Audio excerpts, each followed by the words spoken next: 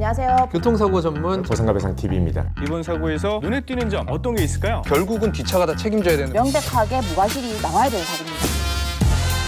안녕하세요. 보상가 배상 교통사고 전문 변호사 장슬기입니다. 우리가 운전을 하다 보면은 교통사고를 당할 수도 또는 교통사고를 낼 수도 있는데요. 교통사고의 경우에는 고의성이 있는 범죄가 아니기 때문에 대부분의 경우에는 종합보험만 가입해두면은 보험사에서 보험 처리하는 걸로 교통사고 정리가 잘 끝나거든요. 근데 운전자가 만약에 12대 중과실을 위반했거나 피해자가 중상해를 입거나 사망을 한 사건 같은 경우에는 자동차 종합보험에 가입해놨다고 하더라도 형사처벌의 대상이 될 수밖에 없어요. 오늘은 이런 교통사고 형사처벌과 관련되어서 진행했던 저희 사무실 사례를 하나 소개해드리려고 합니다.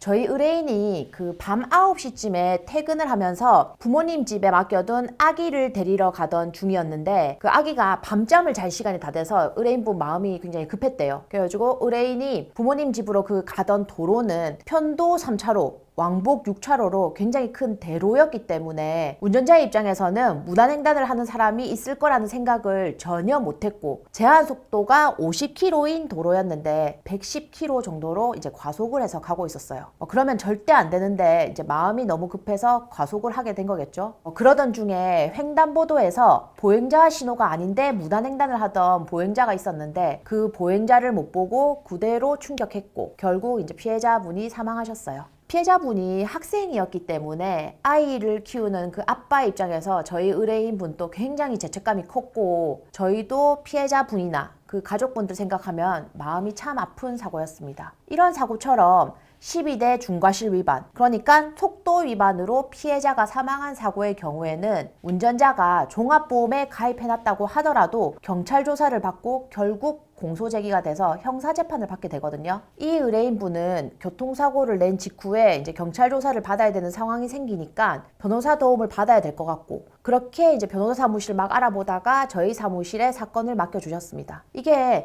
다른 사무실은 어떨지 모르겠지만 저희 사무실 같은 경우에는 사안에 따라서 경찰 조사 이전에 사건을 맡기시면 경찰 조사를 할 때 조사 입회를 변호사가 함께 하거든요. 왜냐하면은 사고 당사자들은 사고를 냈다는 그 죄책감이 너무 크고 또 생전 처음 자기가 피의자로 이렇게 경찰 조사를 받게 되는 거니까 당황스러움 때문에 경찰 조사를 받는 상황에서 심리적으로 굉장히 불안하단 말이죠. 별 내용 아닌데도 괜히 무섭고 위축되니까 그럴 때 자기 편 들어줄 변호사가 같이 동석을 해서 조사 내용에 대해서 미리 브리핑도 해주고 블랙박스 확인도 같이 하면서 사고 내용을 파악하니까 의뢰인도 좋고 변호사의 입장에서도 사고 내용을 정확하게 알 수 있으니까 추후에 이제 피해자분들과 합의를 할 때도 유리할 수밖에 없거든요. 그래서 이분도 제가 경찰 조사를 같이 받았고 조사 끝나고 블랙박스 내용까지 모두 확인한 이후에 피해자 유가족분들에게 사과의 마음을 전하고 싶다고 혹시 가해 운전자가 피해자 유가족들에게 연락해도 되는지 유가족분들한테 한번 좀 여쭤봐 달라고 이렇게 수사관님한테 물었고 경찰 조사를 받은 이후에 일주일 만에 피해자 유가족분들한테 이제 연락을 할 수 있었습니다. 그래서